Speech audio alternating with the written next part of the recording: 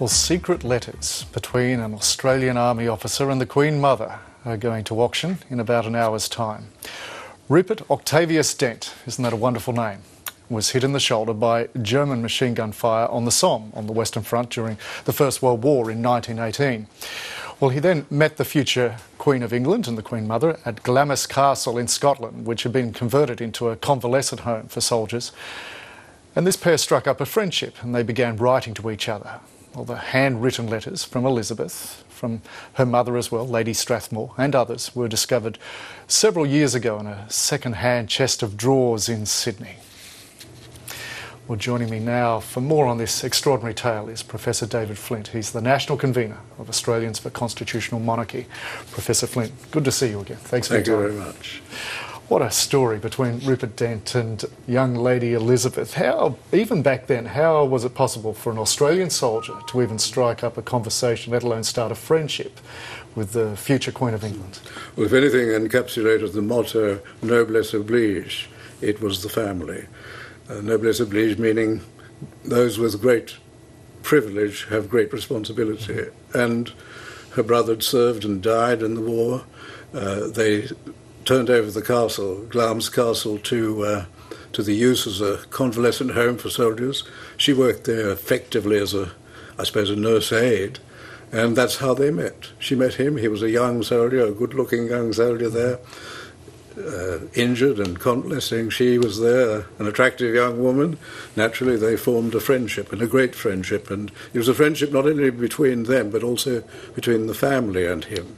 So the young Elizabeth was just helping out, running errands, talking to soldiers, doing jobs like that around the convalescent homes? Yes, right? She did that sort of thing. She was really a nurse's assistant, I suppose, in many ways, and she worked there. A young aristocratic lady, she felt that she had this duty, as the whole family did. She resisted subsequent attempts to encourage her to join the royal family. When Albert proposed to her, what turned her off were the duties, the way in which she would be changed forever because of that sense of duty and being closed off. And she resisted 3 attempts to marry her and eventually gave in. Now, these letters, what do you think they tell about the nature of this friendship, this relationship? Certainly it was close. I don't think we could necessarily say it was anything more than that. She would have been closely linked into her family, and the family liked him too. There was a great admiration, and she met him when she was married. They arranged to meet her husband and her at Government House in Sydney. So there were links between them, and those were maintained for a long time. Through the years? Yes. It was really wonderful, wonderfully warm, and she was a very strong person. She was horrified by the abdication because she knew that it would impose enormous burdens on her husband. Although he'd served in the First World War, he had this terrible stammer, which embarrassed him, and of course, being the king, he would have to speak on public occasions, and she was the person who found the Australian Lionel Logue, who cured his stammer. He still had a problem when you hear his speeches. It was very slow, very deliberate, but he didn't stammer. But there were long pauses between phrases, which meant that he'd overcome it, but not completely. This is the wonderful story told in the movie, The King's Speech. Yes, it is a wonderful story. Yeah. She was a wonderful woman, and she was very plucky. She took revolver training at the time of the war, and when it was suggested that the young girls, the princesses, go to Canada, she famously said, "They wouldn't go there without me. I wouldn't go without the king, and he will never leave London." So they stayed in London. She imposed strict rules. They observed the rationing and the tide marks in the baths, so they wouldn't use too much water. She had a very great sense of responsibility, although she had this enormous privilege. Rupert Dent, the Australian soldier we're talking about, he said that at the time, that he felt like he was being treated like one of the family. So he clearly was popular not just with young Lady Elizabeth, but with the extended family. Yes. He seems, although the photograph of him makes him look very, very straight-laced, there's a photograph which shows him, but he was obviously a very handsome young man, blonde, blue-eyed. And tall. Tall, and charming, obviously, and that obviously went over very well with with the Bowes-Lyon's family.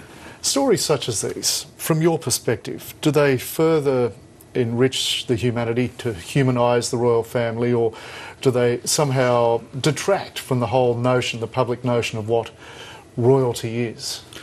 I think they cement the idea of the royal family. From the time of Victoria, there was this great sense of service which developed, and that has imbued the royal family right down from Victoria, so even before her, but certainly Victoria, down to today, so that you have the young princes deciding that they will serve in the army, which not many young men wish to do now, wanting to serve where it is dangerous, and but also wanting to be involved in charities, so not leading the life of privilege, not being playboys, but being serious young men who are giving something back to society. And I think people like that, people approve of that, and it emphasises what the crown is about. If we're to have a crown, it should be about service. The crown is there as an institution which is there to serve the people, acting as guardian of the Constitution and so on. If we're to maintain that system within the Westminster system, obviously those who hold the position are expected to observe the traditions of the royal family. Now, these letters that are up for auction in approximately an hour's time, how often does royal memorabilia or royal associated memorabilia like this come onto the market and become available potentially to collectors?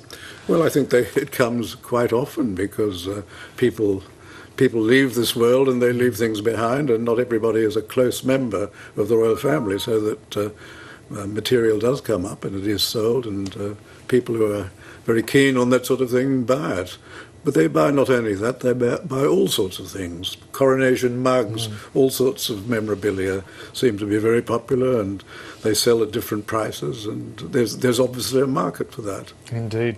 Professor David Flint, always enjoy talking with you. We'll see what the prices are fetched for these letters in about an hour's time, but for now, thanks so much for talking with me.